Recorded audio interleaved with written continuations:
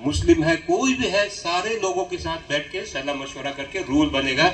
ये कोई रिलीजन का अगेंस्ट में नहीं है, ये कोई फेथ का अगेंस्ट में, ये सबके लिए है, ताकि हम लोग मिलजुल के एक कम्युनल हार्मनी के साथ ये अपना राज्य को बहुत सुंदर तरीके से आगे लेके जाएंगे।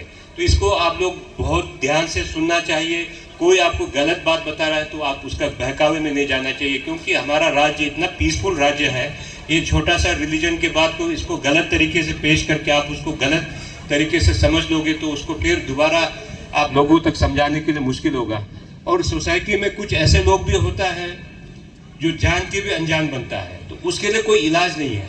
जैसे लोग बोलते हैं ना, जो सो रहा है उसको जगाने के लिए आसान होता है, लेकिन जो सोने का जो वो कर रहा है, प्रिटेंड कर रहा है, जो सोने का जो एक्टिंग करता है, उसको आप कभी भी चाह के जगा नहीं पाएगा। तो there are certain kind of people in the society who just pretend to sleep but they are not sleeping. तो उसको हम छूना नहीं है, उसको अपने आप साइडलाइन कर देना है। We should go with the like minded people. हम सब मिलके एक साथ अपना सोसाइटी को संवारना है।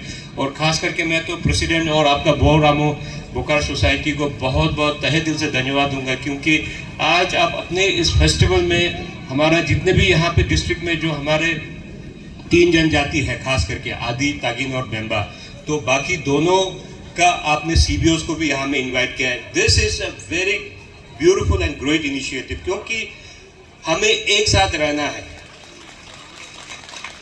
आप चाह के भी अपना नेबर को बदल नहीं पाएगा, और आपका पड़ोसी के साथ आपका जब तक रिलेशन ठीक नहीं होगा, हमेशा टेंशन रहेगा। टेंशन आपको उससे कोई फायदा होने वाला है ना, दोनों पक्ष को नुकसान होगा। इसलिए आप चाह के भी जब आप नेबर को बदल नहीं सकता, तो नेबर का साथ प्यार करके रहना, उसके साथ कोई फसाद या कोई मतलब झगड़ा करके उससे दोनों को नुकसान होने वाला है। इसलिए मेरा यही गुजारिश है कि ये जो आपने एक बहुत सुंदर एक शुरुआत किया है, इसको हम लोग बरकरार रखना है। सिर्फ फेस्टिवल लेवल तक नहीं, हर कार्यक्रम में और हर सोशल एक्टिविटीज में हर समय हम लोगों को मिलके इस डिस्ट्रिक्ट को, हम सब मिलके अपना डिस्ट्रिक्ट को एक सुंदर राज्य डिस्ट्रिक्ट बनाने के लिए हम सब एक साथ मिलके कदम से कदम, कंधा से कंधा मिला के आगे बढ़ेंगे।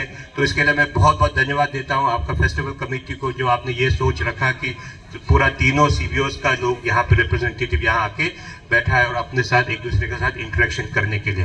तो ये हो गया थोड़ा आपका थोड़ा कल्चर और सोसाइटी के बारे। और मेरे यहाँ पे कुछ मेमोरेंडम्स का बताया था, तो मैं आपको ये बता दूंगा कि जो सबसे पहले आप लोगों ने बीकेबी का बात किया है, तो एक मेरा भी ये मानना है कि एक अच्छा स्कूल यहाँ होना जरूरी है। मैं खुद अभी एजुकेशन मिनिस्टर हूँ, तो मेरा भी बहुत चिंता है कि जब मैं खुद एजुकेशन मिनिस्टर हूँ तो मेरा डिस्ट्रिक्ट का कम से कम यहाँ का लिटरेसी रेट और क्वालिटी ऑफ एजुकेशन बढ़ना चाहिए। तो उसके लिए कितना मैंने कोशिश किया आप लोगों को पता होगा, या किसी को नहीं पता है तो मैं बता दूं कि क्योंकि मुझे पता था कि हमारा सरकारी तौर तरीके से हमारा स्कूल ठीक होने वाला नहीं है, तो इसलिए हमने एनजीओ को लेके आया। आज वो एनजीओ जो स्कूल चला रहा है मानिगोंग एरिया में, आज मैंने आपका ये बो एरिया में भी आपका यपिक में दिया हुआ है, रामो एरिया में आपका रापू में भी दिया है। आप अगर जाके उन स्कूल को विजिट करोगे तो पता चलेगा कि आज बच्चे में कितना इंप्रूवमेंट है। जहां 17 बच्चे का एनरोलमेंट था, उस भर के 100 से ज्यादा एनरोलमेंट हो गया। अभी सुनने को आया लुंगते में भी 70 से ज्यादा हो गया।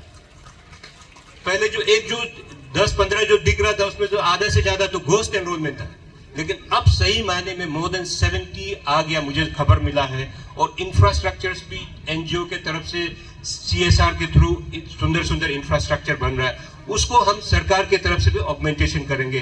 तो उसका एग्जाम्पल आपने देखा होगा कि मानिगोंग सेकेंडरी स्कूल में आज 17 करोड़ रुपया से ज्यादा इन्वेस्टमेंट का इंफ्रास्ट्रक्चर बन रहा है स्कूल, और उसको भी मैंने एनजीओ को हैंडओवर कर दिया ताकि क्वालिटी एजुकेशन बने।